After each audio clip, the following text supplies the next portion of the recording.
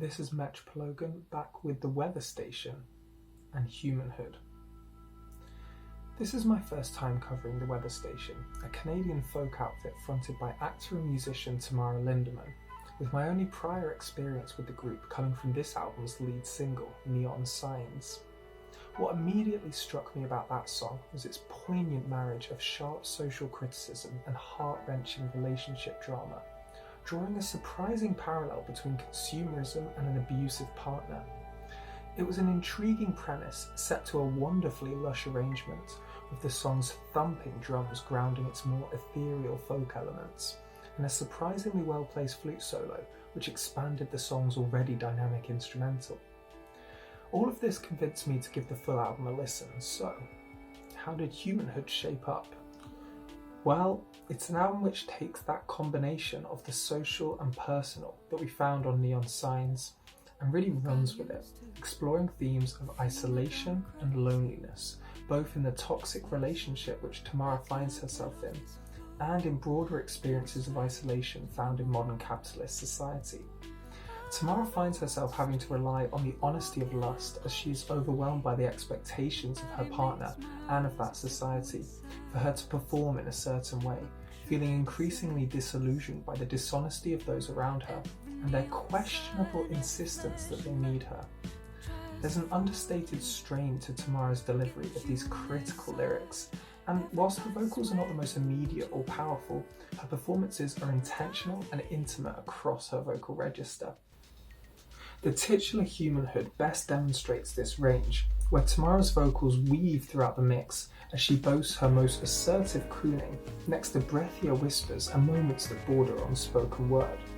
The track dissects what it means to be a human, living under the weight of those same capitalist expectations, as they manifest in relationships and perceptions of how we see ourselves and how we should act. She highlights the difficulty of having a moment to just exist when every action we take is judged, most acutely, by ourselves, where even the most private and inane actions, like brushing your hair, can become self-conscious and performative because of those very expectations. The breathy body moves see Tamara further exploring the insecurities of the flesh, where the subject of the song experiences a disconnect between themselves and their body. Whether Tamara is singing about a friend or a lover, she describes the consequences of their dishonesty as their attempts at love and kindness become self-destructive, their body rejecting the way that they've been living. There's a delicate vagueness to the lyrics, which lends it to different interpretations, but it remains a powerful highlight on a consistently compelling album.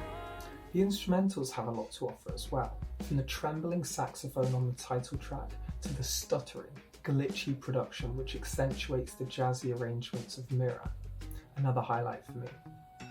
Elsewhere, the urgent pianos and frantic percussion of Window convey Tamara's excitement at reclaiming her independence as she finally leaves her toxic partner, whilst the sparser arrangement on the album's closing track Sewing highlight that song's theme of acceptance, as the lyrics see Tamara patching up her life amongst the emotional and political turmoil which she's experienced. While similar albums often rely too heavily on the ambience of their instrumentals, often at the expense of any depth to the writing, or do the opposite, stripping back the arrangements to just piano and vocals in order to highlight more provocative lyrics. Humanhood succeeds precisely because of how its components are able to complement one another. Only the introductory descent feels redundant, delaying where other interludes on the album build or bridge between moments. All in all though, this album seriously impressed me with its lush, jazzy arrangements and committed exploration of its relevant yet personal themes. I've loved spending time soaking myself into the rich darkness that this album provides. It's a strong 8 out of 10 for me, a fantastic introduction to a group which I was previously unfamiliar with, and one that I would highly recommend to any fans of folk, jazz pop, or any of the themes that I've spoken about across this review. This has been Metropologan, and I'll catch you at the next stop.